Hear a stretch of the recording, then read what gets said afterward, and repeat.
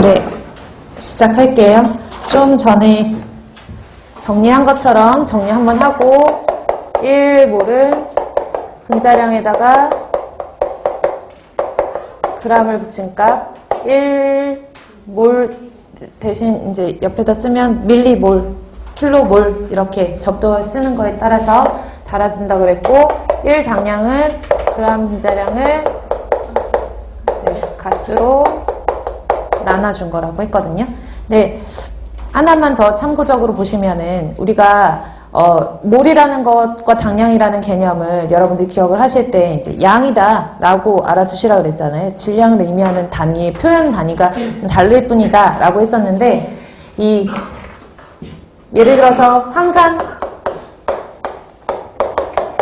1몰이다 그러면 바로 98g 이렇게 나오잖아요. 근데 CH4 메탄이에요.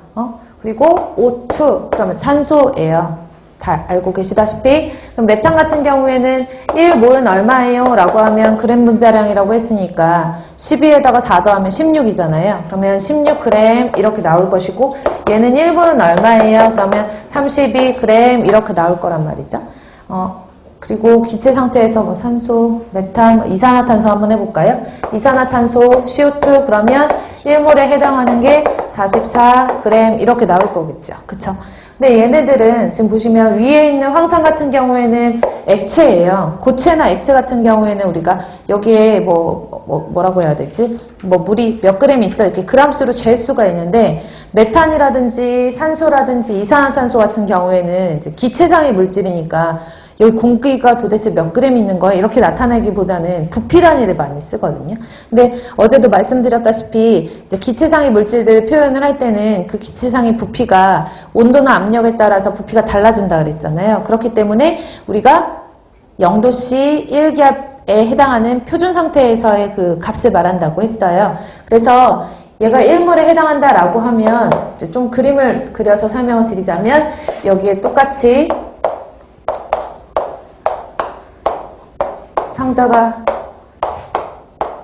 같은 상자가 있다라고 했을 때 여기는 1몰에 여기도 1몰 여기도 1몰 이렇게 넣었거든요. 그러면 조금 전에 쓴 것과 같이 메탄, 그 다음에 산소, 이산화탄소라고 했을 때 1몰에 상응하는 값이 16g이 들어간 거고 얘는 32g 들어간 거고 44g 들어간 거예요. 그쵸? 근데 여기서 이 그램수 말고 1몰에 해당하는 기체가 얼마만큼의 부피를 차지할까? 라고 봤더니 1몰에 해당하는 그 기체의 부피는 기체 종류에 상관없이 모두 22.4L예요. 아셨죠? 그래서 1몰에 상응하는 기체상의 물질이다 라고 하면 그 기체의 부피는 22.4L, 22.4L, 22.4L가 있다는 얘기죠. 되셨죠? 그래서 1몰에 상응하는 기체의 부피는 22.4L다 라고 외워두셔야 돼요. 그럼 볼게요.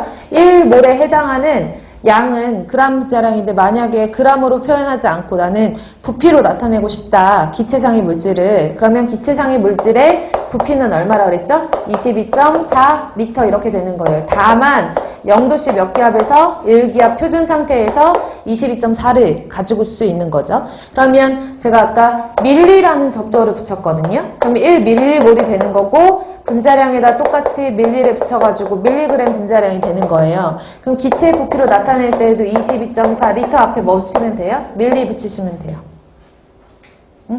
하나 더 해볼게요. 킬로몰 있잖아요. 킬로몰. 그래서 1킬로몰이라고 하면 당연히 그램 앞에 킬로라는 접두어 붙여서 킬로그램 분자량이라고 보시면 되고 22.4 앞에 킬로 붙여가지고 킬로리터 하시면 되거든요. 근데 어제 제가 기초단위 설명드릴 때 킬로리터라는 단위보다 뭘 많이 쓴다 그랬죠? 미터의 3승 쓴다 그랬어요. 그쵸? 그래서 미터의 3승을 쓰기 때문에 킬로리터보다는 이렇게 표현을 하시는 거죠. 요 과정을 이용해서 뭐 중요하게 시험 문제가 계산 문제 같은 걸로 응용해서 나올 수 있으니까 이것도 알아두셔야 되니까 참고적으로 여기까지만 정리하고 그 다음에 몰농도로 넘어가도록 할게요.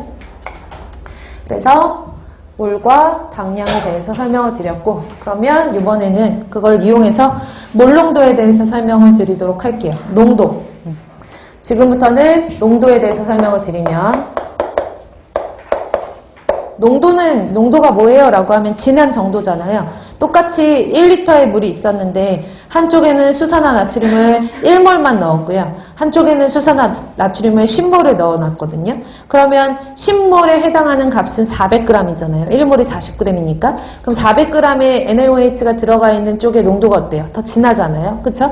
농도라는 개념은 일단은 진하기의 정도라고 보시면 되고 그 농도를 표현할 수 있는 방법이 여러 가지가 있는 거죠. 대표적으로 환경공학 수질 파트에서 사용하는 농도의 개념을 보시면 몰농도라는 게 있고요. 당량농도라고 하는 게 있어요. 그래서 가장 대표적으로 하나씩 설명을 드리면 첫 번째 몰농도.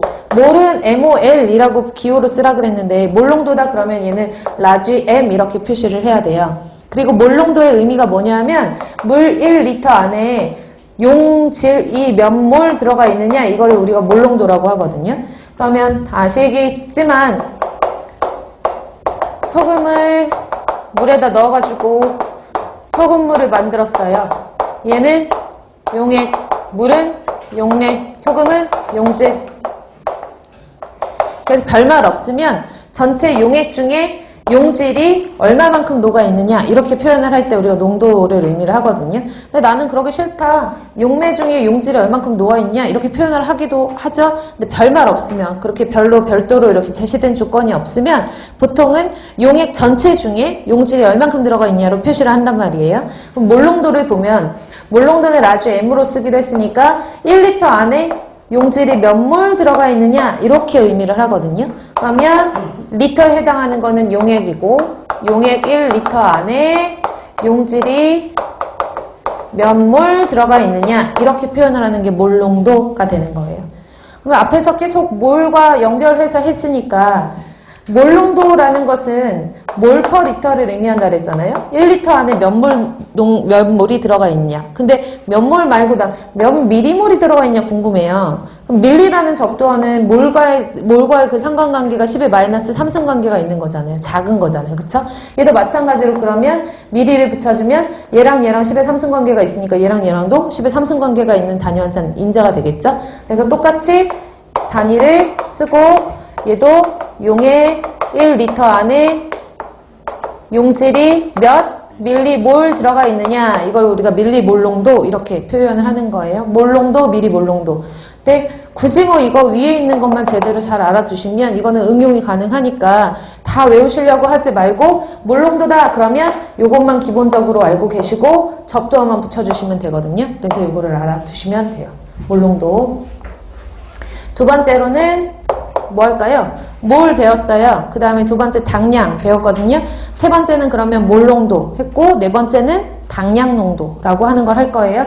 그러면 두 번째는 당량농도라고 하면 이 당량농도는 여러분들이 잘 알고 계시는 N이라고 쓰고요. 일명